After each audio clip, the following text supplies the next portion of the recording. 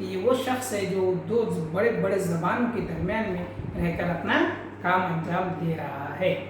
تنقید نگاری کی بات کی جائے اگر پطرس بخاری کی، تو پطرس بخاری کی تنقید کسی خاص صنف تک محدود نہیں تھی، وہ نظم و نثر تمام اصناف ادب کے بارے میں اپنی رائے کا اظہار کرنے پر قادر تھے۔ بخاری صاحب نے ڈرامہ، افسانہ اور ادب پر تنقیدی مضامین لکھے۔ تنقید کے سلسلے میں پطرس کے مقالوں کی تعداد کم ہے۔ انہوں نے دیپاچو اور تقریضوں میں بھی اپنی تنقیدی صلاحیتوں کا پوری طرح اظہار کیا، یعنی خاص ایسا تنقیدی کتابیں نہیں لکھی، خاص ایسا ایک میدان ان کا تنقیدی نہیں رہا، بلکہ مختلف میدانوں میں بھی انہوں نے کام کیا ہے، اس لیے خاص تنقید میں ان کے خاص ایسی بڑی کتابیں یا کوئی ایسی خاص چیزیں نئے منظر عام پر نہیں آئی۔ البتہ ان کے جو مضامین ہوتے تھے وہ تنقیدی مضامین ہوتے تھے اور وہ کافی کیا ہے اردو ادب میں تنقید کے واسطے اہم مانے جاتے ہیں۔ تراجم کی اگر بات کی جائے کہ بھائی انہوں نے ترجمے میں کیا کمال کیا ہے، تو تنقید سے زیادہ کام ہمیں ان کے تراجم میں نظر آتا ہے۔ پطرس بخاری انگریزی زبان کے پروفیسر تھے اور انگریزی زبان کے رموز انداز اور مزاج سے اچھی طرح واقف تھے۔ انہوں نے اپنی صلاحیتوں کو ترجمے میں بڑی چابک دستی سے استعمال کیا۔ انہیں اردو میں اظہار پر بھی پوری قدرت حاصل تھی، اس لیے ان کے اردو تراجم کو بڑی قدر کی نگاہ سے دیکھا جاتا ہے۔ وہ ترجمے کو میکانیکی نہیں بلکہ تخلیقی عمل مانتے تھے۔ پطرس بخاری کے ترجموں میں افسانے بھی ہے، ڈرامے بھی ہے، مضامین فلسفیانہ مضامین بھی ہے اور اوپیرا بھی۔ اس تنوع نے ان کی ترجمہ نگاری کی صلاحیتوں کی تمام جہتوں کو اجاگر کیا ہے۔ بخاری نے ترجمے کے لیے جن اہل قلم کی نگارشات کا انتخاب کیا، اس سے یہ اندازہ لگانا دشوار نہیں ہے کہ اس انتخاب میں ان کے اندر چھپا ہوا استاد نمایاں ہے۔ ان ترجموں کا مقصد یہ نظر آتا ہے کہ پڑھنے والے عام افراد مغربی ادب کے شہ پاروں سے آشنا ہو جائے اور طلباء میں مزید مطالعے کا شوق پیدا ہو اور دیگر صاحب علم میں ترجمے کرنے کا ذوق پیدا ہو۔ بخاری کی ان کوششوں کے اردو میں روز افزوں ترجمے کا دور کا آغاز ہوا۔ ان کا مقصد یہ تھا کہ خالی ترجمے کرنا ہی نہیں تھا بلکہ مغربی علوم سے کنی لوگوں کو واقف کرانا تھا اور ان سے اردو ترجمے کرا کے مغربی علوم میں کہاں پر ہے زمانہ، کون سی کتنی ترقی کر رہا ہے یا کون سے ہمیں اصلاح کرنی ہوگی، یہ سب چیزوں سے آشنائی ہو، اس مقصد سے وہ ترجمے کیا کرتے تھے۔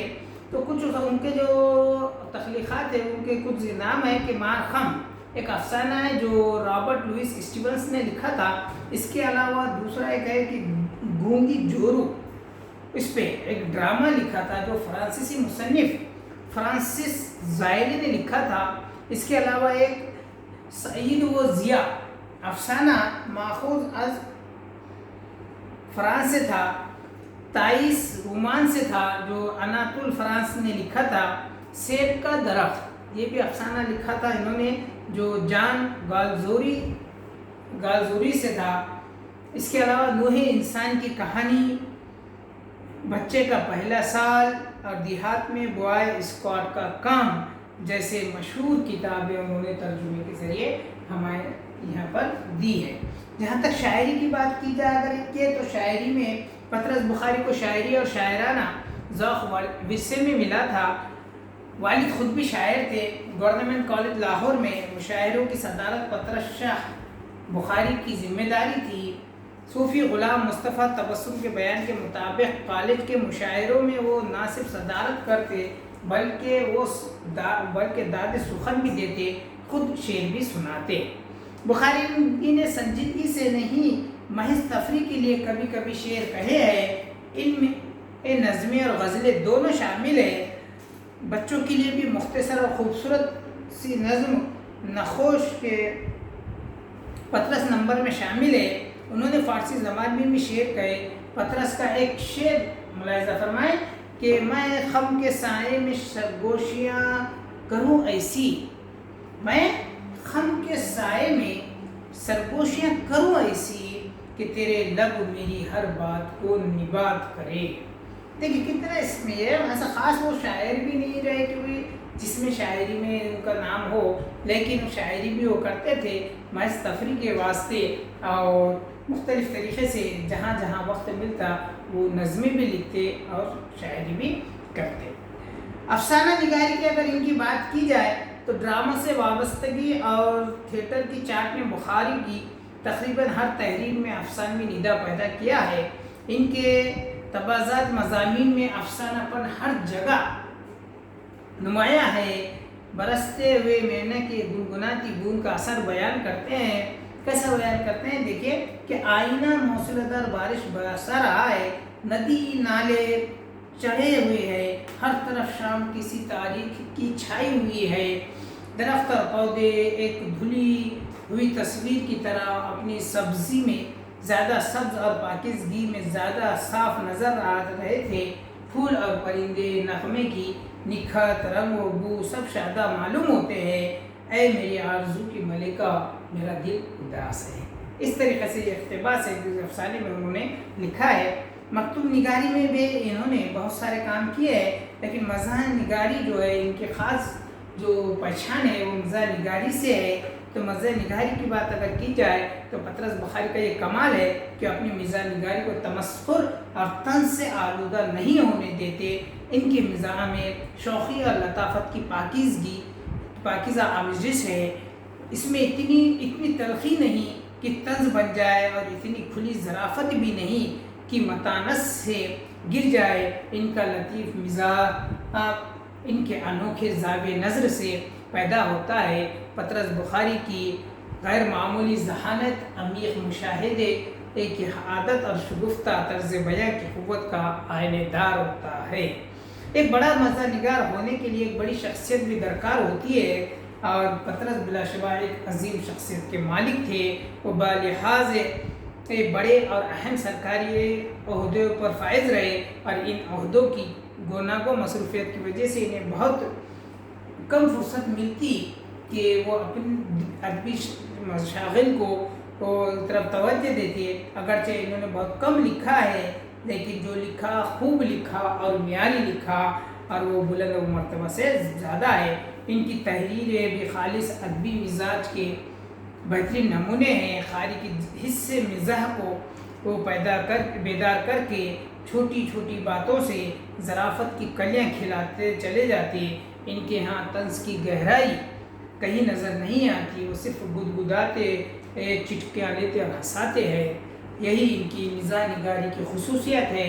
یہی وجہ ہے کہ بہت سارے شعراء نے، بہت سارے ناقدین نے انہیں ایک اہم اور بڑا مزاح نگار تسلیم کیا ہے۔ ہم ان کی تخلیقات دیکھ لیتے ہیں کہ کون کون سے خاص ان کے تخلیقات رہے ہیں جو ہمارے اردو ادب کے لیے فائدہ مند ہے، یا جس اردو ادب میں ایک اہم مقام حاصل کیا ہے۔ تو اس میں ہے کہ پطرس کے خطوط،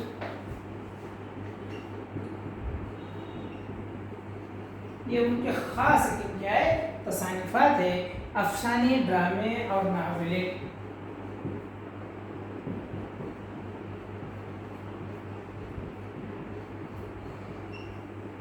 اور ایک ان کی تخلیق ہے وہ ہے خطبات پطرس۔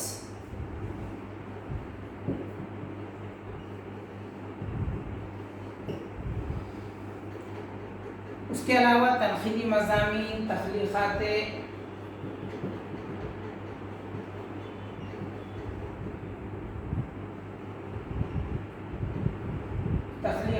پطرس اور مختلف تقاریر کا مجموعہ جو اقوام متحدہ میں تھے۔ تو اس طریقے سے ان کے یہ تخلیقات جو ہے وہ بہت اہم مانے جاتے ہیں۔ اردو ادب میں ان کے بہت ساری افسانے، انشائیے ہمیں ملتے ہیں، جہاں جو ہمارے پاس شامل نصاب ہے وہ ہے مرید پور کا پیر، جو بہت اچھا طنز و مزاح کا کیا ہے شاہکار مانا جائے گا، وہ ہمیں پڑھنا ہے۔ تو خیر یہ ان کی تمام ابتدائی زندگی اور ادبی خدمات تھے جو ہم نے آج یہاں پر پڑھا۔ بالآخر بخاری صاحب کے دل میں پیدائشی خرابی تھی، عمر کے ساتھ ساتھ دیگر عوارض بھی زور پکڑتے گئے، دل کے دورے بار بار پڑنے لگے، وہ اکثر بے ہوش ہو جاتے، کمزوری بڑھتی گئی مگر دفتر جانا نہ چھوڑا، ڈاکٹروں کے حالات دیکھنے اور مکمل آرام کا مشورہ دیتے لیکن بخاری دل کی گھبراہٹ سے ڈرتے اور نہ بلکہ کیا کرتے، دفتر کا رخ کرتے۔ آخر انہوں نے ڈاکٹروں نے بستر پر آرام کرنے کا مشورہ دیا تھا، لیکن 4 دسمبر 1958 کو ڈاکٹروں کے مشورے کو پس پشت ڈال کر بستر سے اٹھے اور کمرے میں ٹہلنا شروع کر دیا۔